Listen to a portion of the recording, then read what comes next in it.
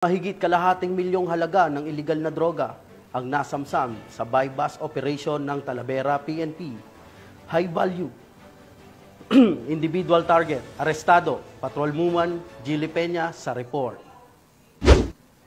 Isang matagumpay na operasyon laban sa iligal na droga ang sinagawa ng Talavera Municipal Police Station na kung saan naaresto ang isang high-value individual at nasamsam ang mahigit 500,000 pesos na halaga ng hinihinalang shabu sa Barangay Pula, Talavera, Nueva Ecija, dakong alas 3 ng madaling araw noong Oktubre 25 taong kasalukuyan.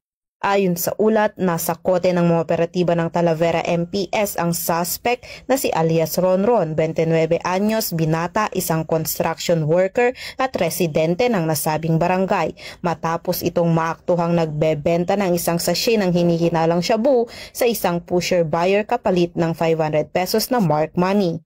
Sa isinagawang protective search, nasamsampa mula sa suspect ang 11 karagdagang sachet ng hinihinalang shabu at mark money.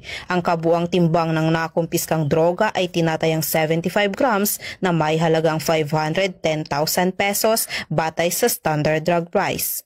Ang suspect ay agad na dinala sa Talavera MPS para sa dokumentasyon at wastong disposisyon.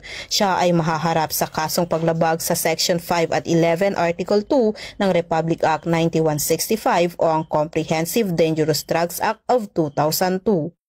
Ang matagumpay na operasyon ay patunay ng patuloy na pagsisikap ng Talavera MPS at ng buong Nueva Ecija Police Provincial Office sa ilalim ng pamumuno ni Police Colonel Harold Dagit L. Bruno, Provincial Director, upang tuluyang masugpo ang iligal na droga sa lalawigan. Mula dito sa gitnang Luzon, ako ang inyong PNN Correspondent Patrolwoman Gilly Advincula Peña, alagad ng batas, tagataguyod ng Balitang Pulis.